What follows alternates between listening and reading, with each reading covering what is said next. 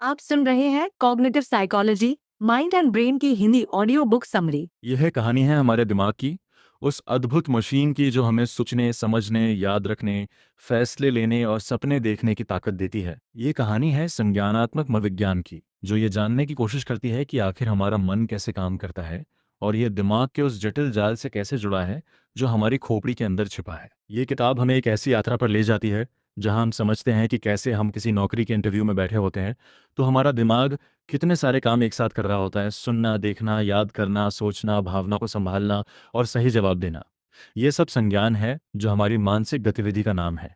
कहानी की शुरुआत एक साधारण सवाल से होती है। हम कैसे जानते हैं कि हम क्या चाहते हैं? जैसे आप एक नौकरी के लिए इंटरव्यू दे रहे हैं। आपके सामने एक महिला बैठी है, आप उसके चेहरे के भाव पढ़ रहे हैं, उसके सवाल सुन रहे हैं और साथ ही अपने दिमाग में अपनी पिछली नौकरियों की यादें ताज़ा कर रहे हैं। आप ये भी सोच रहे हैं कि क्या ये नौकरी आपके लिए सही है?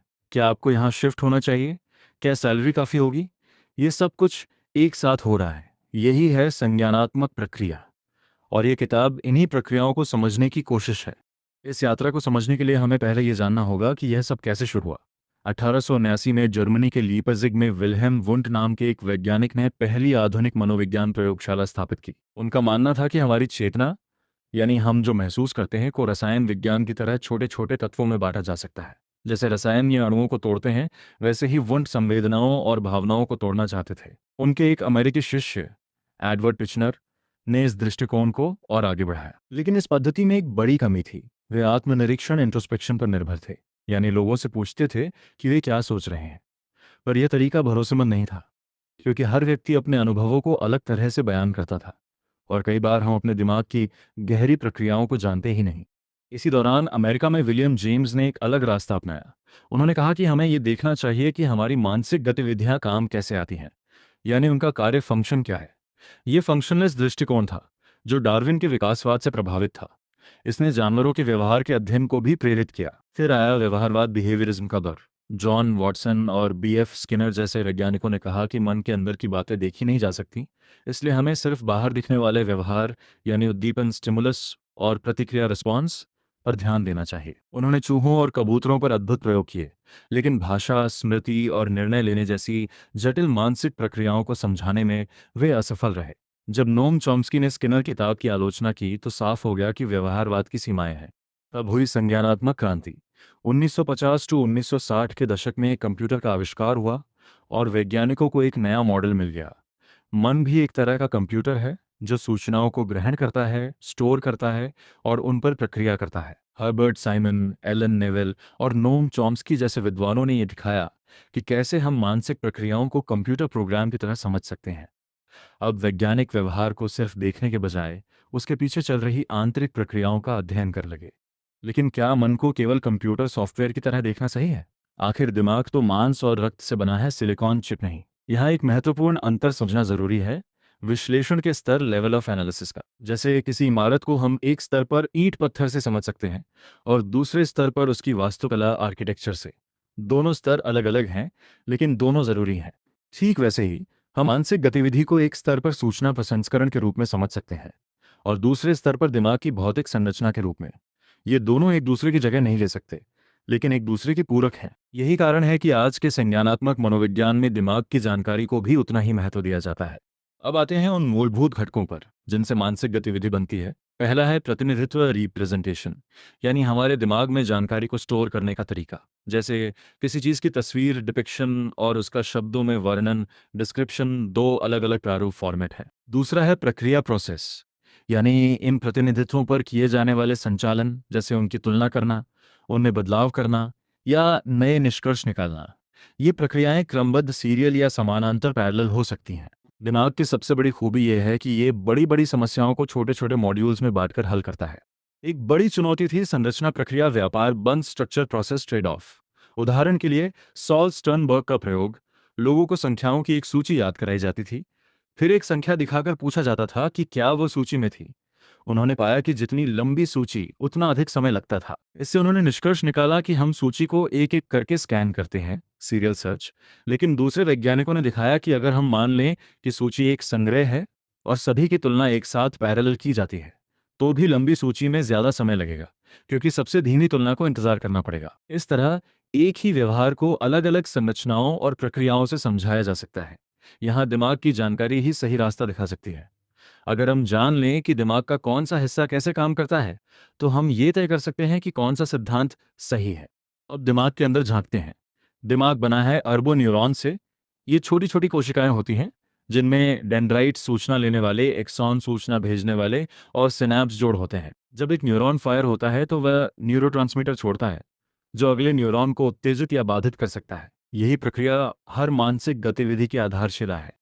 दिमाग को मोटे तौर पर दो हिस्सों में बांटा जा सकता है: केंद्रीय तंत्रिका तंत्र सीएनएस और परिधीय तंत्रिका तंत्र पीएनएस। परिधीय तंत्रिका तंत्र का एक हिस्सा है सहानुभूति तंत्र, सिंपैथेटिक नर्वस सिस्टम, जो हमें लड़ो या भागो, फाइट और फ्लाइट के लिए तैयार करता है। हृदय गति बढ़ाना, पुतलियां फैलाना, हथेलियों में पसीना लाना, यही वह तंत्र है जो इंटरव्यू के समय हमारे हाथ पैर ठंडे कर देता है। दूसरा हिस्सा पैरासिम्पैथेटिक तंत्र है जो इसे शांत करता है। मस्तिष्क का सबसे बाहरी हिस्सा है सेरेब्रल कॉर्टेक्स, जो सिल्वटों गायरस और खांचों सल्कस से भरा होता है। ये दो गोलार्धों हेमिस्फीयर्स में बंटा है और इन्हें जोड़ता है कॉर्पस कॉलोसम नामक मोटा तंतु समूह। प्रत्येक गोलार्ध 4 लोबों में बंटा है: ओसिपिटल लोब सिर के पीछे, सिर्फ दृष्टि से संबंधित।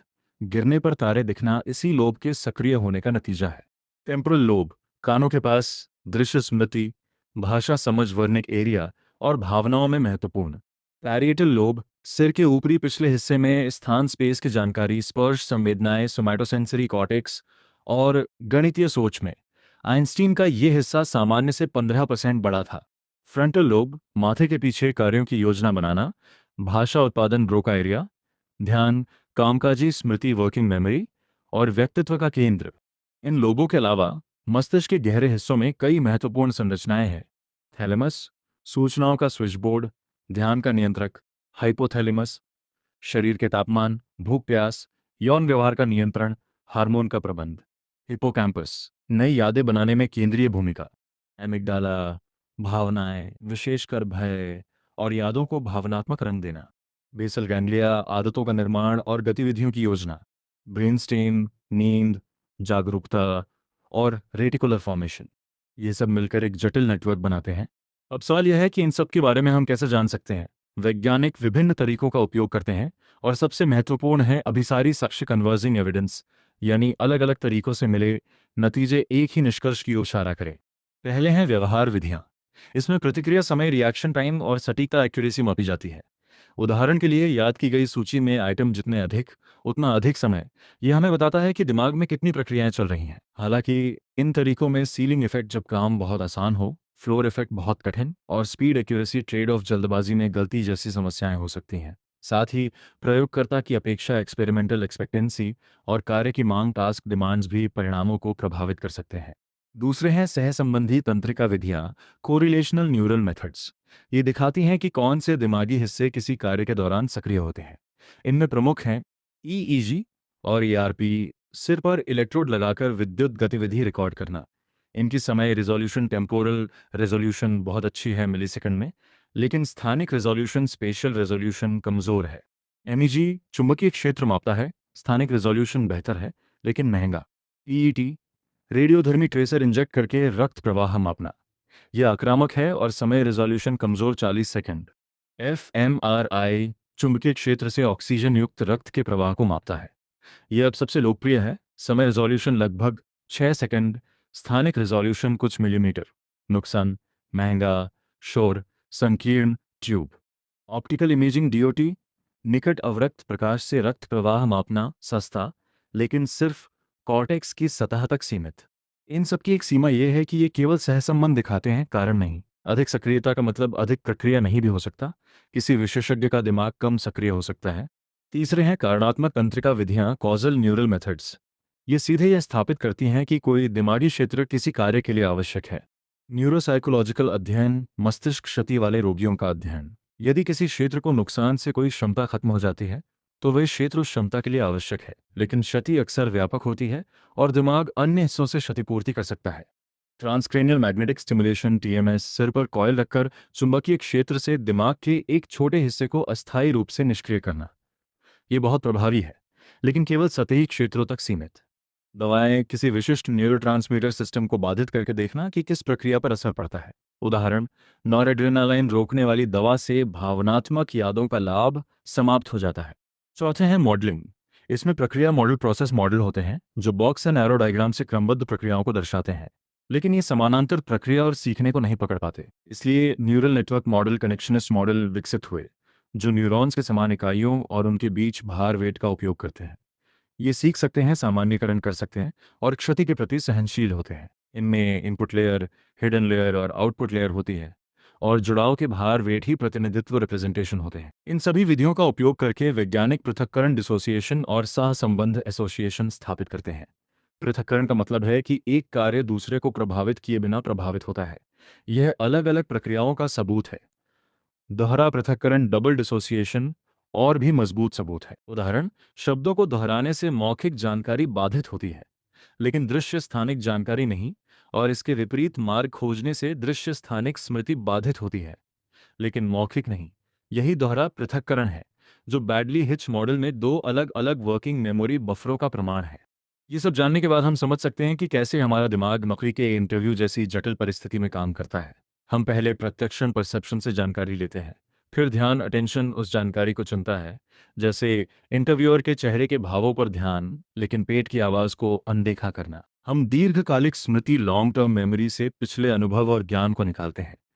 फिर कार्यकारी प्रक्रियाएं, एग्जीक्यूटिव प्रोसेसेस सब कुछ व्यवस्थित करती हैं और निर्णय लेने, डिसीजन मेकिंग के लिए कार्यशील स्मृति, वर्किंग मेमोरी में सूचनाओं को रखकर उनमें हेर फेर करती हैं। भावनाएं, इमोशन हमें बताती हैं कि क्या हम इस नौकरी को पसंद करते हैं, और अंत में भाषा, लैंग्वेज से हम अपने विचारों को शब्दों में ढालते हैं। ये किताब हमें सिखाती है कि मानसिक गतिविधि कोई रहस्यमयी चीज नहीं है, बल्कि दिमाग के जैविक ढांचे और सूचना प्रसंस्करण के नियमों का परिणाम है। हम आज इसे समझने के लिए उन्नत तकनीकों का उपयोग कर सकते हैं और ये समझ हमें अपने जीवन को बेहतर बनाने में मदद कर सकती है। चाहे वह नौकरी का चयन हो, पढ़ाई की योजना या रिश्तों को समझना, ये सब हमारे दिमाग की अद्भुत क्षमता का ही कमाल है और इस क्षमता को समझने की यात्रा अभी जारी है। ऐसी ही दिल को छू लेने वाली किताबों से जुड़ने के लिए हमारे चैनल को सब्सक्राइब करें, क्योंकि अच्छी किताबें दिल ही नहीं, रूह तक उतर जाती हैं। धन्यवाद।